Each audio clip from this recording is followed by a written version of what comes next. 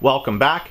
At some point in this video, I'm going to have a slideshow of a job that I did because I was not able to bring the camera with me to get video footage, but I will narrate over the pictures to explain what I did.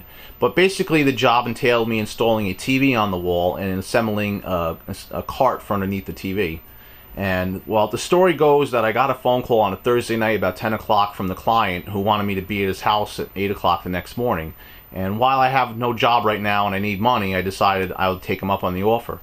And the problem is he bought the TV at a big box retail store, which will remain nameless, on his way home from work. And the store he bought it at also has a location in his hometown, but the reason why he bought it on his way home from work at another location was they had the same TV he wanted as an open box item that he can save some money on. I mean, everyone's for saving money, right?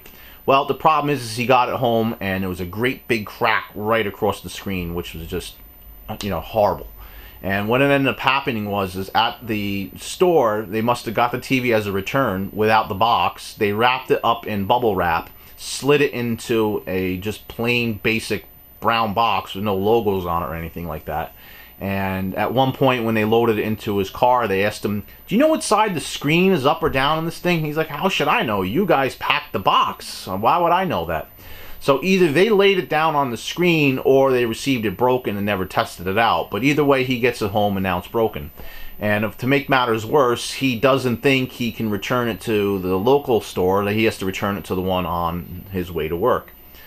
So the thing is he wanted me to go to his house, start doing the job, and then he was going to run the TV down to this location and hopefully exchange it and possibly have me meet him there. And keep in mind, this is about 45 minutes from where he lives. But he would compensate me for gas and time and all that stuff. So, like I said, I need the money. I didn't really mind doing it. So I get to the house. He had a 50-inch TV on the wall that he already took down and removed the mount. And the old cart he moved out of the way. So I just had to assemble the new cart, get it all lined up on the wall and everything else, and get the mount ready for the new TV, which was a 65-inch TV. Well, you'll see in the pictures what I had to do to actually do that. But the point is I get all the way down there and there's no TV. He calls me halfway, hey, where you at? I says, I'm on the thruway right now. I'm about halfway there.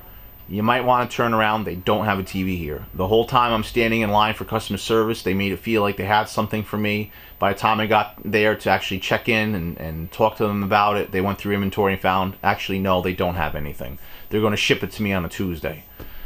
I'm like, well, I'm already halfway here. He says, well, if you are, just meet me. I'll give you money for lunch. You can get whatever parts you need. There's a home improvement store here you can go into. You can get that kind of stuff. And the same scenario, the home improvement store there is also in his hometown. So I figured I would stop by there and get what I need. And as I'm in the store, I have an idea how I want to do this. After I showed him some things, which again you'll see in the video. And I ended up texting him. Now, of course, he's already on his way. Should we do it this way? Should we do it that way? And I'm sending him pictures of product, and it turns out as I'm walking out the store, he says, yep, do it that way, after I already had what I needed. So I had to go to the other local store to pick up the remainder of the pieces just to go back to his house and finish the job. So, of course, at this point, he tells me, since I'm not going to have the TV till Tuesday, I would like you to put the old TV back up on the wall using the new wall mount. And that way when the new TV comes in, you just have to take the TV off the wall, remove the mounts from the back of the TV, put it on the new one, and put it back up on the wall. All the hard work's already done. Plus, I'm going back to actually put the old TV up in his basement, and I'm assuming he's going to reuse the old cabinet that was underneath the TV in his family room. On Friday, I got to the client's house, and we could see he already removed the TV from the wall and also pulled the old wall unit away from where it was sitting, as you can tell by the indents on the carpet where it actually sat. And I had this large box here to take care of, which had the wall unit in it. And about an hour later, after getting unpacked and all the little styrofoam peanuts cleaned up, I managed to get this put together. And it's pretty nice. It's a lot lower than the other one was, but that was the intention because the new TV is much bigger than the older one was. And now that that was out of the way, I can focus on the wall and get all the wiring done. Now, if you pay attention to the two circled areas, you'll notice that he had pulled a piece of Romex cable, which is meant to be put in walls. And he actually put an extension cord plug and socket on either end of it. And I think what he did was, is after he put the TV on the wall originally, he just plugged it into the top connector there and just pushed it into the hole. And that's not really a code thing to do. So I mentioned I can actually take the outlet down below and knock out one of the pieces in the back and pass a wire right up through the wall and eliminate that whole situation here and put an outlet behind the TV. So there you can see I actually took the ends off the cable. Now this cable is a lot longer than I need it to be, but I still need to get the cables, the ends off the cable anyway. So after I did that, it was time to kill power to the outlet. So I grabbed my circuit tracer, and I'm going to do a separate video on this particular device at another time because it is a really interesting piece of equipment to have, and it's certainly very useful. But basically, the very far unit on the left is your probe, and the very far unit on the right is the transmitter. So you take that transmitter and you plug it in like so, and that little red dot at the top is actually a little beacon, and it will actually pulse. So as you go along and trace the wire or trace the circuit breaker out, when you get to the right spot, it'll translate that pulse to the receiver, and that way you can actually find what you're looking for, which is pretty easy. So once I did that, I was able to pull the outlet out, and I'll show you in just a few moments how we actually connect the wire. Now, it is interesting to note that it's a 15 amp circuit breaker that runs this room, and I mentioned to the homeowner that it seems like there's quite a bit of outlets and lights on that particular circuit. Unfortunately, he already finished his basement off with actually the week before, and we can't really snake a new wire up to this, else I would have ran a new circuit to it. But nonetheless, he already had a wire running up to that TV, and he had no issues the whole time it's been there. So this shouldn't be any issue either. And plus, the new TV, even though it's bigger, is a lot more energy efficient. So we don't have to worry about the breaker necessarily. But just a couple devices over here. Now, there is a outlet and there's a plate. I ended up not needing those because we went a different route. But the two boxes on the left, those are what they call low voltage boxes. There's no, it's not an actual box. It's just a connector in the front that you would put the device into with a plate on top. And you use those for things like coax cable, speaker cable, phone, internet, anything like that that's a lower voltage. You don't want to pass higher voltage like the 120 volts that the outlet would use into that kind of box. That's against code. So those two boxes originally were meant to replace the holes that are in the wall that we're going to run the HDMI cable through. Instead of having an ugly hole, we're going to have a nice clean box at the end of that. So here you can see I marked out the original hole that the power cable came through. And then once I cut that out, like so, it was ready to accept the box. And now that I had that out of the way and a little more room to work with, I figured it's time to grab the snake so we can snake the wire down and do all that stuff as we need. So you can see here that we have the new connections ready to go.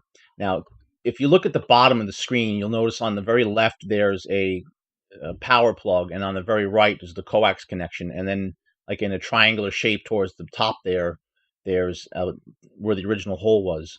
And that hole was placed there because that was the top of where his cabinet was, and you didn't see it.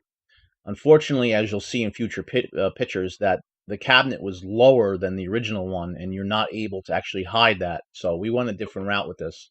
And at the very top of the picture, you can see there's a little eye that's actually cut in, which is circled here.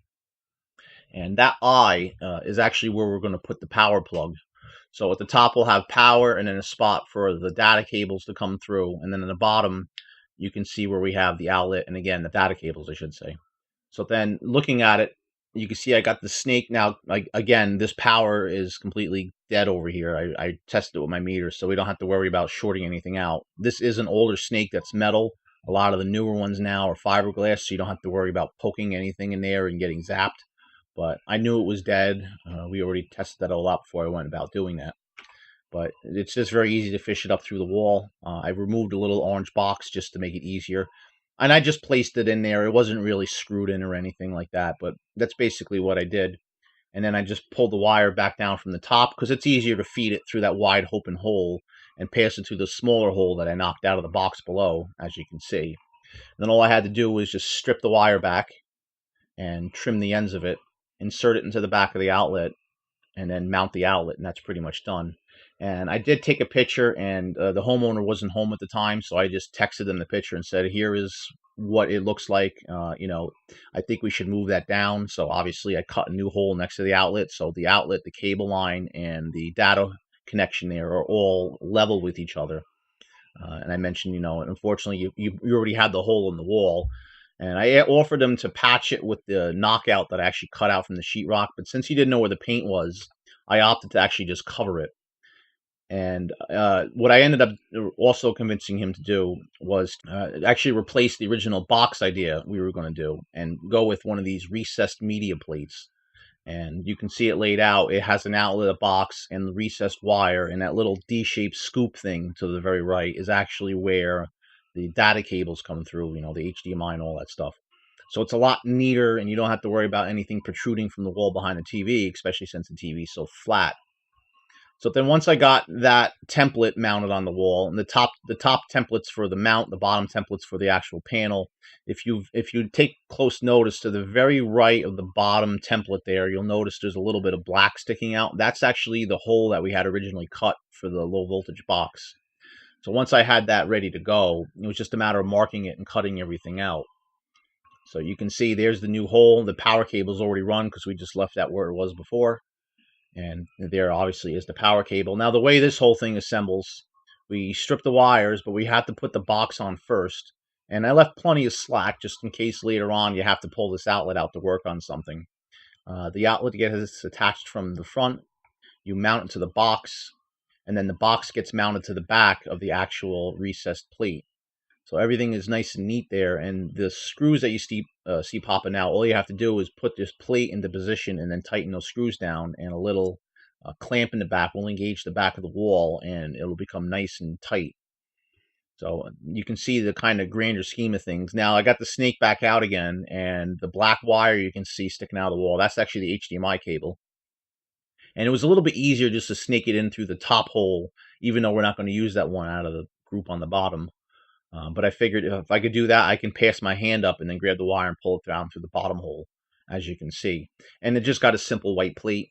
Luckily, the sound bar that he uses on the TV cart will actually cover that, and you won't see it at all. So that makes that nice and neat. And this is what that final result looks like. I used a special cover to cover over that hole, and it's actually a rubber plate basically, where the very middle where the wire comes out, it looks like an asterisk that's scored.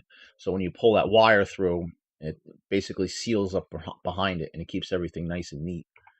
And just a matter of moving that HDMI wire through the D and mount it to the wall, and that's pretty much it. Now the only thing I had to do here was actually get the mount up on the wall, and unfortunately I didn't take a picture of it at this particular time. Next time I came back, I ended up just touching it up a little bit differently, but I have a picture of the mount at that point. But here's just a good close-up look at that box. Now you can see that scoop is pretty large, so if you have a bunch of wires to pass through, it makes that easy. But for now, the way this was hooked up, all we had to do was get cable up to that TV. So from the cable box to the TV is just a singular HDMI cable. But this ends up getting replaced with a special cable that the new TV comes with. We'll get into that a little bit later. But the back of the TV, now keep in mind, this was the TV that was mounted here. All we had to do was just mount the brackets to the back of it. And this is just simply figuring out which screw. It comes with all different lengths. But we figured out which screw needed to go into the back of this. And there's actually 4 of them. You can see 2 at the top. The other 2 are at the very bottom of those mounts. And there's actually little feet that when you clip this in, the top of the TV, if you look on those mounts, there's a little bar, not midway down, but a good ways down from the top, about a quarter of the way down, I'll say. And that clips into the top of the actual wall mount. And the little feet in the bottom kind of sit out on an angle so you can get your hand up in the back and then make all of your connections. And then all you got to do is push the little feet up, and then the TV will rock into position. And then maybe about halfway down, there's a little lock that will engage. And if you take a notice, there's little strings hanging from the bottom, and that's what you would actually pull to disengage the lock. So it's a pretty straightforward thing. So at this point, all I had to do was get it up on the wall. and there you go. It was pretty easy to do, and I think it looks pretty good. Now, if you look at the soundbar, you can just see a little itty bitty bit of that white box sticking up at the top of it. I mean, it is a pretty thin soundbar. And a note on that soundbar, it's gets its audio through the SpeedIF connection, which is an optical digital signal, and that comes directly out of the cable box up to that soundbar, and then obviously the HDMI goes through the wall up to the TV. Now, this is a 50-inch Samsung TV. I'm not sure model number or anything like that, but this TV, as you may remember, had to go back up on the wall because he wasn't going to have the new TV for a few days because of the blunder mentioned earlier. So there it is, and obviously the next time I come over, I have to take this back off the wall, but it's just a matter of pulling those little strings that are hanging down below the tube and pull it out. But you can see it's pretty slim. You know, it's not terribly big, but it is pretty slim considering, you know, I have a TV that's much older, that's much deeper. So, you know, they get thinner and thinner and sit further far away from the wall as you get a newer TV nowadays. And well, not to spoil it, but well, wait until you see what the new one looks like if you think this is pretty nice as is. Now, the one thing I failed to mention earlier when I was talking about the mount, I had to actually get this into the studs. And unfortunately, where the studs lined up, the bracket didn't fit centered into the room. So the TV's actually slid over a little bit. So what that entailed me doing was marking everything out. Luckily, the actual studs are lined up with the boxes on the wall. So I just found where the box is nailed into and then triangulated and found where the studs are, and marked it out 16 on center, and I had two studs to really screw that thing into. I ended up picking anchor bolts up just to hold the furthest end out, and that way it helped with this TV installation. And you can see the cabinet sits pretty close to the wall, but there is one outlying issue, and that would actually be the cable connection, which you should be able to see right here. The way the cable's screwed in, it's not a very loose cable. There's not a lot of room to work with. So we ended up getting a right angle, and we used that right angle to alleviate some of the strain on the cable, which helped push the TV further back, or push the cart further back. But it looks pretty good, I think, so far. You know, this is actually, I'd be pretty happy with that. But this is all temporary. You know, once the new TV shows up, it'll look a lot better. So the next day I get there, which was this morning, there you can see the right angle. And now you can obviously see how much more flush that cable is up against the wall. And you can see the two rails to the right on the floor there. And that's what came off the back of the TV. Now that was getting mounted in the basement. And here's that mount. Now the silver bolts you're seeing, those are actually the pan-headed screws that were purchased separately. Those were the anchors. So you have to drill a half-inch hole through the wall and stick the anchors through. And they have basically what looks like zip ties. And you zip it all together, and then you just screw it in from the front. And they're quite strong. And if you look at the very top bolt and you follow it all the way over to the left, you can see a black hex-headed bolt. And that one actually comes with a little impact wrench type tool that I use my impact gun and just drove them right into the stud. And there's one below it. You can see the hole. I still have to put that one in that position, but that's the furthest to the left position that you can put one of these bolts on this side of the actual wall mount. And the other side of the wall mount is exactly the same, except for I would manage to get the stud in the middle of the 5 little slots there. So that side's a lot more sturdy, if you will. But this side here, if you move the TV over to the right side, it wants to come off the wall just a little bit because there's not enough force to hold it against the wall there, hence why I use those bolts. But this thing is not moving. I mean, it's very, very solid, which is nice. So moving down to the basement, you can see he already had an outlet and a pass-through box installed on both the top and the bottom, as well as a cable connection. But he decided that he wanted to actually use a different wall. And you can actually see, here's a good close-up look at, you know, the two casement windows at the top and where he has this centered on the wall. And then here's the wall just to the right of that. And I do understand why he wanted to put it here, but would have been nice if he actually ran everything, you know, it was kind of like an oversight. I did buy enough stuff to actually do what we needed to do, but the question was, is how are we going to move the cable line? and it would have been actually put along the bottom and nailed to the piece of trim there, and it wouldn't have looked as nice. So he opted to just going back to the original plan. So I just went in here and I removed the actual covers here and everything so we can see what's behind there and also locate the stud. Now the stud is actually right in between those two pieces. Being that this is new work, of course you're able to nail those boxes right to the actual stud, so it makes sense that the stud is in the middle. And that actually made it easier to mount the TV because if you look at this mount, it comes away from the wall. But if you notice, there's a top and a bottom where the bolts get screwed into. Now, the very far ends of it is 16 on center. So I decided to actually mount it so that the very far right of it there, that bar you can see, mounts between those two boxes. And if you actually pay attention coming up, you'll see what I mean by that. So here's the template. Now I had to cut out a section of that template. That's why it has that big black space. So I can actually line it up on the wall and see where that outlet's going to line up. Now the only thing I had concerning about this is how far back the TV is going to go once it's in the retracted position. But luckily the plug is a right angle plug and it's really a very compact type of plug, so I'm not too concerned with it.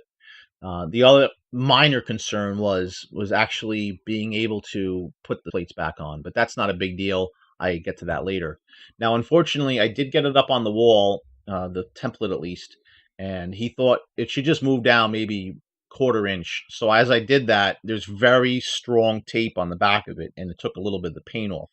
Now, luckily, he had all the paint and everything set up to just touched up afterwards, and I gladly, took a brush and dabbed some paint on there, so it wasn't such a big deal. But you will notice at the top of that there is a piece of it were peeled off. I mean, the room was just painted the day before, so perhaps that may have something to do with it. But regardless, it was fixed. I don't leave any messes. In fact, I brought a little vacuum with me both days, so as I made holes in the walls or did anything, I cleaned up all my mess afterwards. That's just the thing. It drives me nuts making messes. So, but down the bottom here, you can see there's no need to remove the cover from the outlet. We just got to get the cover off the actual low voltage box and start snaking wires through.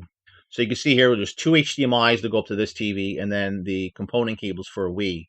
Now, the astute amongst you may notice that there's the little connector for the actual sensor bar for the Wii. I realized after it was too late, I did this backwards. The wires are snaked from the bottom up, but in reality, the bar has to go on the TV, and that wire has to come back down.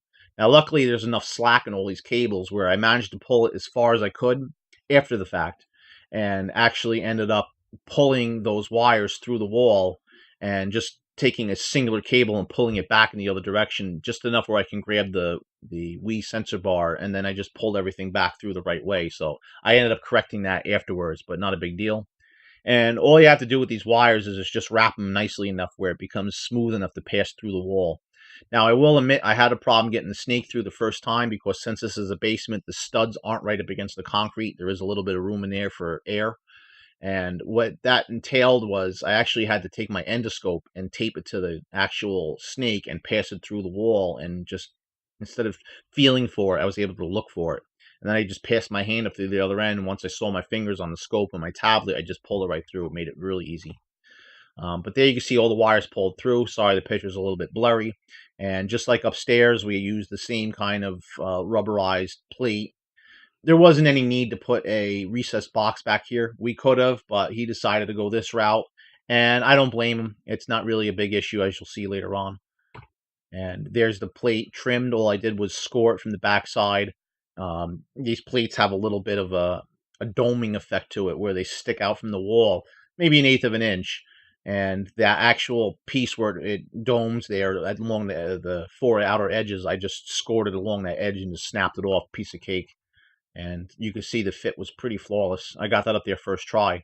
Also, with this particular mount, I had to actually use a socket wrench and just, bolt it right into the wall. They mentioned that the way it mounts and the TV comes out so far, you don't want to actually get this into the just sheetrock alone. In fact, it didn't even come with any anchors. Now, if we really wanted to, and we were concerned with the weight, we could have used some of the additional anchors that I purchased and got the midline of this. But honestly, those bolts are pretty long, and after you drill the pilot hole out, it had no problem attaching to that wall pretty securely. And that's it. That's the TV. Now, like I said, this is the same one from upstairs, so you'll see, it looks pretty nice in this basement here. Also, the way you can tilt it up and down and bring it in and out is pretty nice. And looking behind it, you can see all the wires snake through that hole pretty nicely. It's all connected very easily. And the one thing I didn't do in this particular picture is I actually have a piece of Velcro strapping that I just strapped them all up nice and neat and just bundled it. But unless you look behind there, you really don't see them at all. And in fact, if you come down from the basement, now coming down, you're actually coming from the opposite side of the room you're looking at. So if you come in from that way, you don't actually see it at all. And you'll see there's another view here I'll show you in just a moment where you really don't even notice it. But this is the old cart that was upstairs. They just carried it down there. And he still has to get the cable box for this particular location. However, the cable line, the power cables, the HDMI wires, everything else is already hooked up, even the Wii. It's all set to go. It's just a matter of, hooking up whatever other sources he wants. And that's the whole setting. That's the whole corner of the room. So you can see by that couch against the wall, catty corner to the TV there, that's where he wanted to put it after the fact. And I get it. I could see it. But personally, I like the way this looks. It's kind of a cozy little corner in the basement here. But now it's time to move upstairs to the big TV because this is about the point where it actually gets delivered. And there it is. Now, I know it doesn't look like much right now, but trust me, this thing is big. It's a big 65-inch TV. You can see that little dished out area in the back there. That's where the single cable connects to. And there's a little box I'll show you in a moment that connects to. The only other connections there is a USB connection. And I think that's for more of like an Internet of Things device, either, like a Amazon Fire or Chromecast or any type of device like that. And there's actually even though it's Wi-Fi, there's actually an Ethernet connection there. So if we had wires ran up to that point for networking, we could actually bring it out that connection on the wall and connect right to that TV. But you can kind of see just a bigger scale, and hopefully from the picture it translates to how thin that really is. Just for comparison here, I'm going to go back and show you what the original TV looked like on the floor, and you can see just how much thicker the old one is versus the new one. But here's that little box I mentioned. Now this has the two USB connections. One's at half a amp, the other one's at 1.5 amps. There's 3 HDMI connections on the back there. Or actually, sorry, there's 4 HDMI connections on the back there, and an antenna connection. And there's also an optical audio output on this, which is going to go to the soundbar. There are 4 little plugs in the back of the TV that have to come off, and they actually supply these little mounts that go in and just lengthen the depth from the TV, and also allow us a longer bolt to get put in. And it seems like the spot that the bolt actually screws into is at the very front of the TV, right behind the actual LCD panel. So if you get the bolt that's too long, you could actually damage the screen, go right through easily. Whereas the other TV, there was a lot more room to wiggle around with, but it definitely want to make sure you pick the right size bolt. You may be also to see the other connection on this is on the very far right. It's just a single power cable. And there's also, not pictured here because I won't be able to show it once it gets put up, but there's a little panel that covers over that connection area on the left. So once you hook up that single cable, you put this panel over it, and just a little wire comes out of it. You hardly even see any of that stuff. The label's all hidden. So if this is the kind of TV you're going to put someplace where you're going to see the back side of it, it's a very beautiful TV for that. And that's it. There it is up on the wall. I have a better picture of it here where you could see it centered a little bit better on the wall as best as we could. Now the homeowner can also, move this left or right a little bit. The mounts are actually closer together centered wise on the TV than the old one was. So there's more play left and right. And since we actually use those extra anchors, we can really get this TV in the position we want without fear of it actually, coming off the wall. And you may see a reflection in there. That's actually the homeowner's father. He actually came over to help me put this up since the homeowner wasn't home at the time. And he was, older gentleman and completely in awe over that TV. And he was actually surprised that it was as heavy as it was. I didn't think it was that heavy. If I really had to, I probably could have put it up there by myself, but I'm glad he was there to help me. And a thing to mention about this, there's very little bezel around there. The image almost goes right to the edge of the screen. I mean, maybe there's an eighth of an inch left of gap where there's nothing. And this is just a YouTube channel that we had. It has apps and everything, and YouTube was just running on it at the moment. And we put a video on that the homeowner's daughter was watching, and a little young girl, I forget how old she was, but his sister-in-law just brought her home from school at this point. So the sister-in-law, the dad, and the daughter were all there, and we just happened to put this up just so the kid had something to watch, and we were in shock at how bright the red was and how blue that blue was, and it was really mind blowing. I'll keep mentioning, 65-inch is one specification of this, but the whole thing about it being 4K TV, and it's a SUHD, which I didn't even know those are out yet, but I started looking at some of the specs in this after I got home, and it's a mind-blowing TV. It's got a smart remote that's very easily programmed, and you can, set this thing up pretty nicely. And well, the only other picture I have left is actually the cart after the fact. You can see we've hooked his son's PlayStation 4 up. There's only one hole in the back in the middle. That's why you see those two wires coming up to the back. But right behind that believe sign is the actual little box that all the cables plug into. And I just slacked everything behind the cabinet as best as I could. That cabinet's maybe half-inch away from the wall. Everything else is tucked either underneath it or behind it. And you have to look really hard to see it if you want to see what the cables look like. Unfortunately, I didn't take a picture of how far the TV sits away from the wall, but you just have to take my word from it. It's very close to the TV. It's very, very close. I have to say, from the front of the TV to the wall itself, total is less than 6 inches, if that. I mean, it's quite remarkably thin.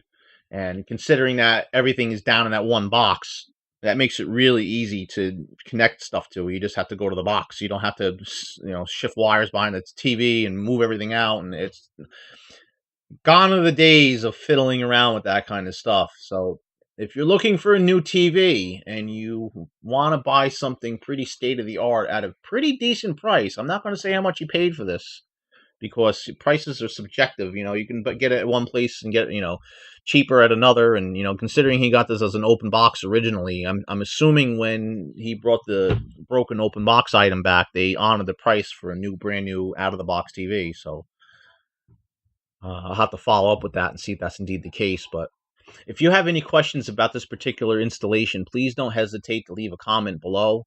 You can also hit me up on my Facebook page.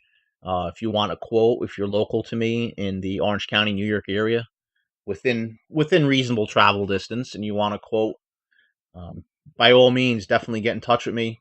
I'm very flexible with time. I'm very flexible with what I charge and the kind of work I can do. If you just want a simple installation, we can do that. If you want something like this, I can do that.